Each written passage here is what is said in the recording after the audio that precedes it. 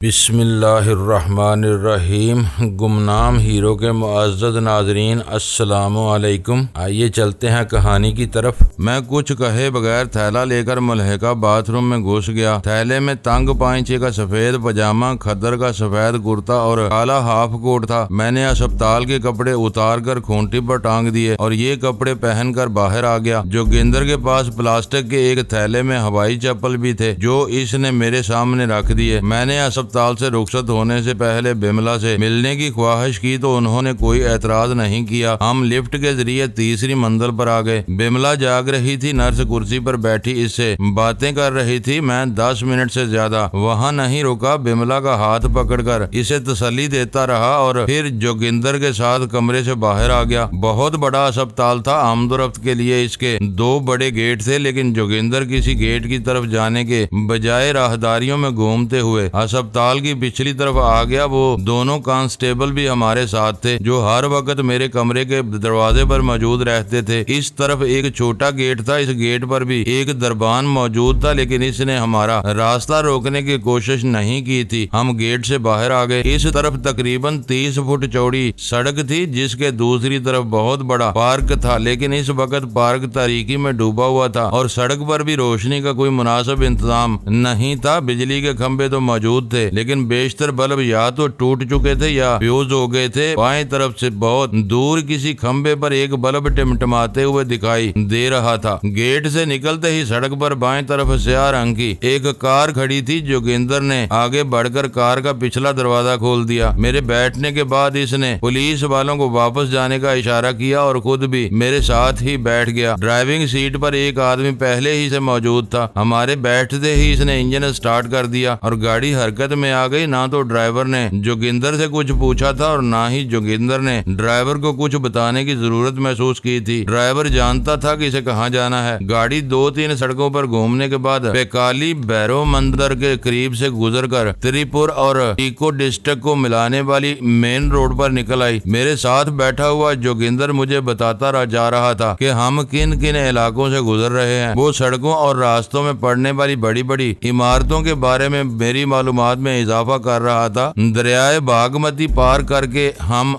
ललितपुर के इलाके में दाखिल हो गए। ये कुशादा सड़क चौक से होती हुई सीधी कदीम शाही महल और दरबार स्क्वायर की तरफ चली जाती थी। अगरचे रात के 12 बजने वाले थे, मगर इस इलाके में खासी रौनक थी। लगता था अभी शाम उतरी हो। तमाम रेस्टोरेंट और खाने पीने की दुकानें खुली हुई थी। हमारी कार दरबार स्क्वायर से गुजरकर महाबुद्धा इबादतगाह की तरफ निकल गई और इससे तकरीबन निसफ मील आगे रिंग रोड के करीब एक बंगले के सामने रुक गई। ड्राइवर को सिर्फ एक मर्तबा हार्न बजाने की जरूरत पेश आई थी। गेट खुल गया और वो कार को अंदर लेता चला गया। ये बंगला ज्यादा बड़ा नहीं था। यहाँ एक ओदेड़ उम्र आदमी पहले से मौजूद था। जोगिंदर ने संगा नामी इस शख्स को मेरे बारे में हदायत दी और फिर मेरी तरफ देखते हुए बोला, संगा आपका खादम है, जिस चीज की जरूरत हो बिला तकल्लुफ इससे कह दें। शुक्रिया, मैंने कहा। फिलहाल तो मैं काफी की तलब महसूस कर रहा हूँ। जोगिंदर ने संगा की तरफ रुख करके सिर्फ मेरे लिए एक कप कॉफी बनाने को कहा और फिर मुझे इशारा करते हुए बोला, आइए आपको कमरा दिखा दूं। मैं इसके साथ चल पड़ा। इस बंगले में 3 बेडरूम्स थे। हर बेडरूम से जरूरी फर्नीचर से आरास्ता था। वो मुझे इस बेडरूम में ले आया जो दूसरे कमरों से कदरे बड़ा था और इसमें डबल बेड बिछा हुआ था। एक कुर्सी पर अपना बैग और कुर्सी के नीचे अपने जॉगर्स और बिमला के सैंडल देखकर मैं चौंके बगैर नहीं रह सका था। हमारा ये सामान पहले ही यहाँ पहुँचा दिया गया था और ये पहले ही से तय था कि अस्पताल से फारग होकर हमें यहीं लाया जाएगा और इसीलिए हमारे लिए डबल बेड वाले कमरे का इंतखाब किया गया था। लेकिन फिलहाल मैं अकेला ही यहाँ आया था। हम दोबारा लॉन्ज में आ गए। ठीक है सर, जोगिंदर मेरी तरफ देखते हुए बोला, आप काफी पीकर आराम कीजिए, मैं चलता हूँ। और ये इसने जेब से कागज का एक लिफाफा निकालकर मेरी तरफ बढ़ा दिया। ये वो अद्वियात हैं जो आपको अस्पताल में इस्तेमाल कराई जा रही थी। आप इनका इस्तेमाल जारी रखिए। मैंने लिफाफा इसे ले लिया। जो जोगिंदर ने मुझसे हाथ नहीं मिलाया। वो सलाम करके रुखसत हो गया और ठीक इसी वक्त सिंगा किचन से बरामद हुआ था। इसने कॉफी का कप सेंटर टेबल पर रख दिया और तेजी से बाहर निकल गया। जोगिंदर की गाड़ी जैसे ही बाहर निकली वो गेट बंद करके अंदर आ गया। मैं कमरे में खड़ा इधर उधर देखता रहा। फर्श पर सिंथेटिक कालीन बिछा हुआ था। फर्नीचर फर्नीचर भी मुनासिब ही था। एक तरफ छोटी मेज पर टेलीफोन भी रखा हुआ था। मैं सोफे पर बैठ गया और काबू उठाकर हल्की हल्की चुस्कियां लेते हुए सूरत हाल का जायजा लेने लगा। मेरे लिए सूरत हाल निहायत संगीन थी। मैं खुद जख्मी था और बिमला अस्पताल में पड़ी थी, जिसके बारे में मुझे ज्यादा तशवीश थी। हम शोभा को देशमुख के चुंगल से छुड़ाने के लिए इसका ताक़ुब करते हुए यहाँ तक आए थे और हमारे आते ही 2 बेगुनाह मारे गए थे। शायद मेरा साया ही मनहूस था। जहाँ जाता था कत्लो गारत का बाजार गर्म हो जाता था। यहाँ आने के पहले ही दिन 2 कत्ल हो गए थे। अब आगे पता नहीं क्या होने वाला था। यहाँ अगरचे मुझे आजम खान और बरेंद्रा जैसे बाअसर पुलिस अफसरों की हमायत हासिल थी, लेकिन मैं अपने आप को बेबस महसूस कर रहा था। मैं इस तरह हाथ पर हाथ धरे बैठे रहने का आदी नहीं था, लेकिन मजबूरी ये थी कि मैं खुद भी जख्मी था और बिमला भी। बरेंद्रा और आजम खान अपने मसाइल में उलझे हुए थे। वो लोग अभी तक देशमुख और रवि का सुराग नहीं लगा सके थे। 10-12 रोज हो चुके थे और मैं शोभा के बारे में सोच रहा था। पता नहीं इसका क्या हशर हुआ होगा। मैं तकरीबन 1 घंटे तक लॉन्ज में बैठा इन्हीं सोचों में गलता रहा। मैंने 1-2 मरतबा नोट किया था कि सिंगा एक तरफ कालीन पर बैठा बार बार मेरी तरफ देख रहा था। मुझे अचानक ही ख्याल आ गया कि वो मेरी ही वजह से यहाँ बैठा हुआ था। मैंने दीवार पर लगी हुई घड़ी की तरफ देखा और फिर उठकर कमरे में आ गया। सिंगा भी मेरे पीछे ही आया था। मेरी वजह से तुम भी जाग रहे हो, मैंने इसकी तरफ देखते हुए कहा। मुझे नींद तो नहीं आ रही, तुम जाकर सो जाओ। सिंगा कुछ कहे बगैर बेड के सामने वाली दीवार के करीब रुक गया। इस दीवार में 3 मुरब्बा फुट की एक अलमारी बनी हुई थी, जिसके पट बंद थे। इसने अलमारी के दाएं तरफ वाले पैनल पर लगा हुआ सफेद रंग का एक बटन दबा दिया। अलमारी के दोनों पट स्पिलट विंडो की तरह एतराफ में सिमट गए। अंदर एक टीवी रखा हुआ था। इसके नीचे एक खाने में कई वीडियो कैसेट भी रखे हुए थे। सिंगा ने टीवी की साइड में रखा हुआ रिमोट कंट्रोल उठाकर मेरे हाथ में दे दिया। नींद नहीं आ रही तो टीवी से दिल बहलाइए। इस वक्त चैनल नंबर 7 पर बड़े अच्छे प्रोग्राम आते हैं। अगर इस दौरान में किसी चीज की जरूरत महसूस करें तो मुझे आवाज देकर बुला लें। नहीं, मुझे किसी चीज की जरूरत नहीं पड़ेगी, तुम जाकर सो जाओ, मैंने कहा। सिंगा के जाने के बाद मैं इस कमरे का जायजा लेने लगा। दाएं तरफ ड्रेसिंग टेबल भी थी, जिस पर रखी हुई चीजों को देखकर अंदाजा होता था कि यहाँ किसी औरत की आमदोरफ्त भी रहती है। मैगना ने बताया था कि बरेंद्र शादीशुदा है। इसकी बीवी एक अलग मकान में रहती है। हो सकता है ये इसी का घर हो और बरेंद्रा ने मेरी वजह से अपनी बीवी को चंद रोज के लिए कहीं और भेज दिया हो। मैंने कमरे का दरवाजा बंद करने की जरूरत महसूस नहीं की और बिस्तर पर लेट गया। जहन अमाज का बना हुआ हो तो नींद आने का सवाल ही पैदा नहीं होता। मैं कुछ देर तक कमरे में इधर उधर टहल देखता रहा, फिर रिमोट कंट्रोल का बटन दबाकर टीवी ऑन कर दिया। इस कमरे की सेटिंग में कुछ बातों का खास तौर पर ख्याल रखा गया था। मिसाल के तौर पर टीवी वाली वो अलमारी ऐसी जगह पर बनाई गई थी कि बेड पर लेटे लेटे आराम से टीवी देखा जा सकता था। मैंने तकिया का सहारा लेकर बेड की पुश से टेक लगाई और रिमोट कंट्रोल के बटन दबाने लगा। ज्यादातर भारतीय चैनल थे। मैं चंद मिनट एक चैनल का कोई प्रोग्राम देखता और फिर दूसरा चैनल लगा देता। चैनल 7 लगाते ही मेरा दिमाग बक से उड़ गया। बहुत ही गंदा और बेहुदा प्रोग्राम था। ये भी इंडिया ही का कोई चैनल था। मैं पहले भी किसी जगह बता चुका हूँ कि बेहयाई और बेगैरती में इंडिया वाले यूरोप और अमेरिका को बहुत पीछे छोड़ गए थे और ये चैनल भी इनकी बेगैरती की अक्कासी कर रहा था। मैंने टीवी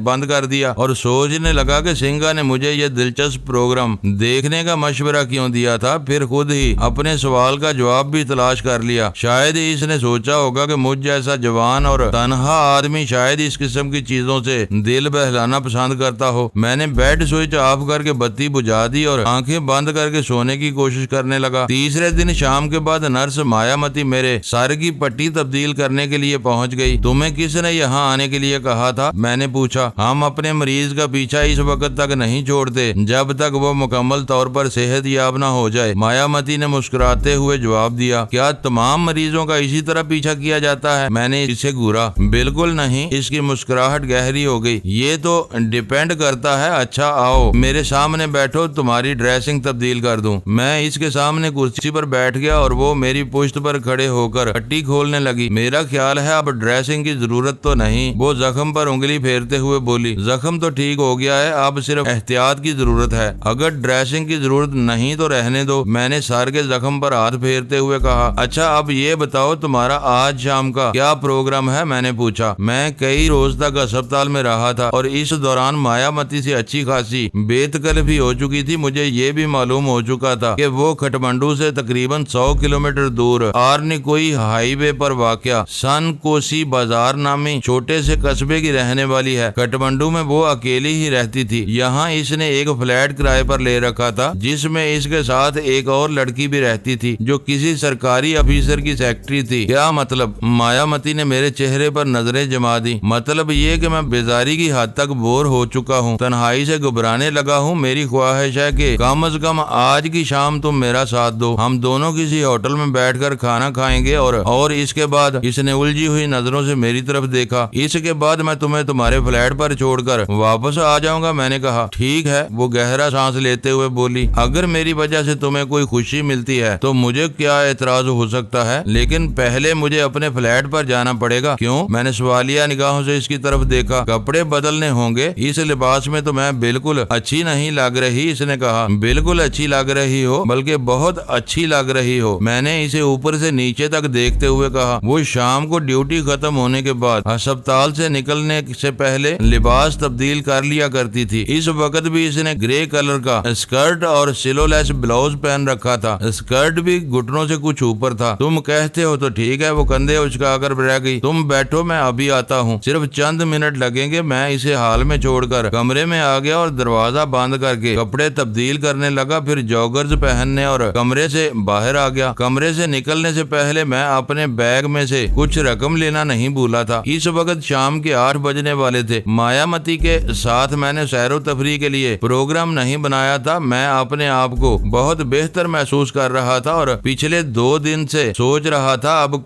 मुझे भी अपने हाथों पैरों को हरकत देनी चाहिए। इन 2-3 दिनों के दौरान में मैंने सिंगा से शहर के बारे में कुछ मालूमात हासिल कर ली थी। एक मर्तबा तो मैंने ये भी सोचा था कि सिंगा को साथ लेकर शहर में निकल चलूं, लेकिन सिंगा की बातों से मैंने अंदाजा लगा लिया था कि वो मेरे साथ जाने को तैयार नहीं होगा। इत्तेफाक से मायावती आ गई थी। इसे डॉक्टर प्रभाकर ने मेरी ड्रेसिंग तब्दील करने के लिए भेजा था और डॉक्टर प्रभाकर को बरेंद्रा की तरफ से हदायत मिली थी कि वो मेरा ख्याल रखे। मैंने मायावती को देखकर ही बाहर जाने का प्रोग्राम बनाया था और मायावती थोड़ी सी हिचकिचाहट के बाद तैयार हो गई थी। हम बंगले से निकलकर कुछ दूर तक पैदल चलते रहे। फिर मैंने एक साइकिल रिक्शा रोक लिया। यूं तो 1-2 खाली टैक्सियां भी हमारे करीब से गुजरी थी, लेकिन मैंने साइकिल रिक्शा को तरजीह दी थी। इस तरह मैं शहर के रास्तों से अच्छी तरह वाकिफ हो सकता था। रिक्शा बड़ी खूबसूरती से सजाया गया था। ऊपर मेहराब की तरह खूबसूरत छत बनी हुई थी। ये छत महज रिक्शा की सजावट के लिए थी, क्योंकि इससे ना तो धूप से बचा जा सकता और ना ही बारिश से। रिक्शा की सीट ज्यादा कुशादा नहीं थी। हम एक दूसरे के साथ बिल्कुल जुड़कर बैठे थे और मैंने महसूस किया था कि मायावती ने कुछ जानबूझकर भी अपना बोझ मेरे ऊपर डाल दिया था। मैंने अपने आप को किनारे की तरफ दबाते हुए मायावती की तरफ देखा तो इसके होंठों पर खफीफ सी मुस्कुराहट आ गई। रक्षाबान उधेड़ उम्र लेकिन हटा कटा आदमी था। मायावती ने इसे कांतिपात का कह दिया था। हम जोधा घाट से दरिया पार करके शिवालिया मंदिर के करीब से होते हुए त्रिभुवन यूनिवर्सिटी के पहलू से गुजरकर कांतिपात पर आ गए। ये सड़क त्रिपुर मार्ग से शुरू होकर शहर के दूसरी सिरे पर लेखनाथ मार्ग तक चली गई थी। शहर की तमाम काबिले जिक्र बड़ी बड़ी इमारतें और शॉपिंग सेंटर्स इस सड़क पर या इसके आसपास वाक़या थे। कांतिपात देखकर मुझे बैंकॉक का छोकमबट रोड याद आ गया। इसकी सूरत हाल भी कुछ ऐसी ही थी। कांतिपात के एक तरफ गुंजान आबादी का इलाका था। इसे कदीम शहर कहना ज्यादा मुनासिब होगा। बाद कशादा सड़कों के साथ तंग और पुरहजूम बाजारों और गलियों का एक जाल सा था जो चारों तरफ मीलों दूर तक फैला हुआ था। हिंदुओं के लातादाद मंदिर और बुद्ध इबादत गाहें भी इसी इलाके में वाक़या थी। मायावती मुझे हर चीज के बारे में बता रही थी। ये जर्नल पोस्ट ऑफिस है, ये मिलिट्री अस्पताल और ये बेर अस्पताल, वो सामने रत्ना पार्क है और इसके साथ रानी पोखरी और वो सामने दाएं तरफ नेशनल थिएटर है। इससे जरा आगे चले जाएं तो कुमारी चौक है। मायावती इस सड़क पर और इसके आसपास वाक़या बड़े बड़े होटलों की निशानदही भी कर रही थी। पूरा शहर रोशनी से जगमगा रहा था। माया ने रक्षा नेशनल थिएटर से पहले ही बाएं तरफ आसन जमाल रोड पर मुड़वा लिया। अब हम गंजान आबादी वाले इलाके में आ गए थे। मायामती एक एक चीज के बारे में बता रही थी और मैं इस तरह खुश हो रहा था जैसे पहली मर्तबा शहर की बत्तियां देखने के लिए आया हूँ, जबकि हकीकत ये थी कि मैं बड़ी तवज्जो से सड़कों के नाम और रास्ते ज़हन नशीन करता जा रहा था। दरबार चौक पर मायामती ने रक्षा रुकवा लिया। मैंने उतरकर किराया अदा किया और मायामती के साथ एक तरफ चलने लगा। यूं तो इस वक्त शहर के हर चौक, हर सड़क और हर मोड़ पर रौनक थी, लेकिन दरबार स्क्वायर की बात ही कुछ और थी। ये वो इलाका है जिसके बारे में कहा जाता है कि यहाँ कभी रात नहीं होती। हम गंगा पाथ से होते हुए फ्रैक्ट स्ट्रीट पर आ गए। यहाँ चंद अच्छे रेस्टोरेंट थे, फास्ट फूड की बेशुमार दुकानें थी। खुराक में ज्यादातर मछली और बाज परिंदों का गोश्त इस्तेमाल होता था। इसके अलावा सब्जियों से भी तरह तरह की लजीज डिशें तैयार होती थी। मछली से भी कई तरह की डिशें तैयार होती थी और इस वक्त तो पूरे बाजार में तली हुई और कोयलों पर भुनी हुई जाने वाली मछली की खुशबू फैली हुई थी। मायामती मेरा हाथ पकड़े एक रेस्टोरेंट में दाखिल हो गई। अच्छा मयारी और एयर कंडीशन रेस्टोरेंट था। बेशतर मेजें अगरचे भरी हुई थी, मगर शोर शराबा बिल्कुल नहीं था। हर मेज पर मर्दों के साथ कोई ना कोई लड़की जरूर दिखाई दे रही थी। इनके लिबास भी ऐसे थे कि नजरें बेइख्तियार इस तरफ उठ जाती थी। एक मेज खाली हुई तो हमने फौरन इस पर कब्जा जमा लिया। इसके चंद सेकंड बाद ही सांवली रंगत वाली एक जवान वेट्रेस भी हमारे सर पर नाज़िल होगी। मायामती ने अपनी पसंद का ऑर्डर दे दिया। तकरीबन 15 मिनट बाद हमारी मेज पर खाना सर्व कर दिया गया। 2 किस्म की मछली थी और बगले का गोश्त था जो तिक्के की तरह कोयलों पर भुना गया था। मैंने बगले के गोश्त को तो हाथ नहीं लगाया, अलबत्ता मैं मछली पर हाथ साफ करता रहा। मछली वाकई बहुत लजीज थी। या कई रोज तक अस्पताल का परहेजी खाना खाने के बाद पहली मर्तबा चटपटी चीज खाई थी, इसलिए मुझे अच्छी लग रही थी। हम अभी खाना खा ही रहे थे कि अपने करीब एक निस्वानी आवाज सुनकर मैं चौंक गया। हेलो माया, हेलो रत्ना, मायामती ने सामने खड़ी हुई लड़की की तरफ देखते हुए कहा। मैंने भी इस लड़की की तरफ देखा। वो मायामती से किसी कदर कम उम्र थी। रंगत गोरी चिट्टी और चेहरे के नकूश भी दिल फरेब थे। सबसे ज्यादा कशिश इसके फिगर्स में थी। इसने ब्लाउज भी ऐसा पहन रखा था कि सामने खड़ा हुआ शख्स किसी इजाफी कोशिश के बगैर निहायत आसानी से ब्लाउज के अंदर दूर तक झांक सकता था। रत्ना के सुर्ख होंठों पर पुरकशिश मुस्कुराहट थी। रत्ना अकेली नहीं थी, इसके साथ दरमियाने कद का एक आदमी भी था और इस आदमी की सूरत देखकर मेरे दिमाग में सन्नाटा सा छा गया और शदीद सर्दी की एक लहर मेरी रीढ़ की हड्डी में दौड़ती चली गई। वो शख्स भी मेरी तरफ देख रहा था। मैंने फौरन ही अपनी कैफियत पर काबू पा लिया। मैंने इसे पहचान लिया था, लेकिन इसका नाम मुझे याद नहीं आ रहा था। वो गहरी नजरों से मेरी तरफ देख रहा था। मैंने अपने आप में जुर्जरी ली और अपनी नजरें इसके चेहरे पर से हटा दी। मेरे अंदर की सलाहियतें बतदरीज बेदार हो रही थी। मेरी वो कैफियत खत्म हो गई थी जिसने मुझे पिछले कई रोज से बकरी के बच्चे की तरह बुज़दिल बनाए रखा था। मैं अब बराह रास्त इस शख्स की आंखों में झांक रहा था। वो शख्स ज्यादा देर तक मेरी नजरों की ताब न ला सका और बल्कि झपकाते हुए दूसरी तरफ देखने लगा और फिर रत्ना का हाथ पकड़कर बोला, आओ मिस रत्ना, देर हो रही है, तुम भूल गई हो, हैरी 10 बजे एक पर जगह पर पहुंचना है। रत्ना ने चौंक कर इसकी तरफ देखा। इसने अपना हाथ छुड़ाने की कोशिश की, मगर मैंने देख लिया कि इसके हाथ में इस शख्स की गिरफ्त मजबूत हो गई थी। हम तो यहाँ खाना खाने आए हैं मिस्टर सैमसंग, तुम्हें एकदम कोई और बात कैसे याद आ गई? क्या अब तुम्हें भूख नहीं लग रही? रत्ना ने ये कहते हुए मुस्कुराती हुई नजरों से इसकी तरफ देखा। मैं भूल गया था, सैमसंग नामी इस शख्स ने जवाब दिया। देर हो गई तो गड़बड़ हो जाएगी, खाना हम वहीं खा लेंगे। ठीक है चलो। रत्ना ने मायामती की तरफ देखकर हाथ हिलाया, फिर मेरी तरफ देखकर और सैमसंग के साथ चली गई। सैमसंग के नाम पर मेरे दिमाग में धमाके से होने लगे थे। अब मुझे याद आ गया कि वो कौन था और इसे मैंने कब और कहां देखा था। गुजरे हुए वाकयात किसी फिल्म की तरह मेरी नजरों के सामने गुजरते चले गए। मुझे चियांग सीन के वो दिन अच्छी तरह याद थे जब मैं और सरदार थालूब गोल्डन ट्राईएंगल के जनरल खुराट के साथ एक खौफनाक जंग लड़ रहे थे। इस जंग में सरदार थालूब के वफादार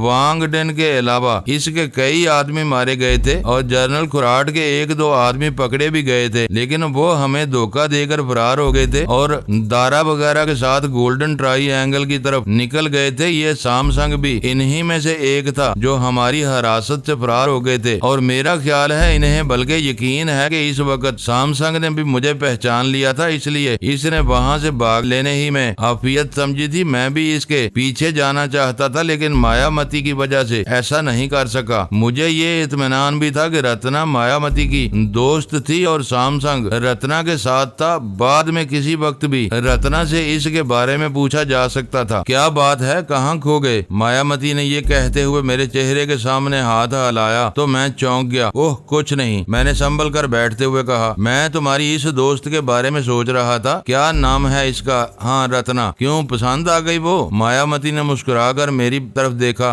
बिल्कुल नहीं, मैंने जवाब दिया। वो तुमसे ज्यादा हसीन तो नहीं, इसकी तो सिर्फ चमड़ी गोरी है, बल्कि जबकि तुम में और कई गुण हैं। वो बहुत चालाक है, मायामती बोली। इसमें एक गुण ये भी है कि पहली मुलाकात में किसी मर्द को फांस लेती है। अब अपनी ही मिसाल ले लो। तुमसे अगरचे इसकी बातचीत भी नहीं हुई, लेकिन वो तुम्हारे जहन में अपने लिए सोच के दरवाजे खोल गई। मैं कुछ और सोच रहा था, मैंने गहरा सांस लेते हुए कहा। तुम इसे कैसे जानती हो? मेरा मतलब है रत्ना को। रत्ना भी मेरे साथ अस्पताल में नर्स थी, मायामती ने जवाब दिया। इसकी ड्यूटी ज्यादातर स्पेशल वार्ड और प्राइवेट रूम्स में होती थी, जहां दौलतमंद मरीज ही दाखिल होते हैं। रत्ना को अस्पताल की सबसे दौलतमंद नर्स समझा जाता था। इसके पास एक रेनाल्ट गाड़ी भी थी। तुम समझ सकते हो कि इसके पास दौलत कहां से आती होगी। वो चंद लम्हों को खामोश हुई, फिर बात जारी रखते हुए कहने लगी। मुअज़्ज़ज़ नाज़रीन, लाइक करें, शेयर करें और कमेंट्स बॉक्स में पाक आर्मी जिंदाबाद, पाकिस्तान पाइंदाबाद का नारा ज़रूर दर्ज करके अपने मुल्क पर फ़ख्र करें और पाकिस्तान की बुनियादें मजबूत करने में अपना किरदार अदा करें। वीडियो देखने का शुक्रिया। मुअज़्ज़ज़ नाज़रीन, अपना ख्याल रखिएगा और हमारे चैनल का भी। ISI पाक आर्मी जिंदाबाद, पाकिस्तान पाइंदाबाद।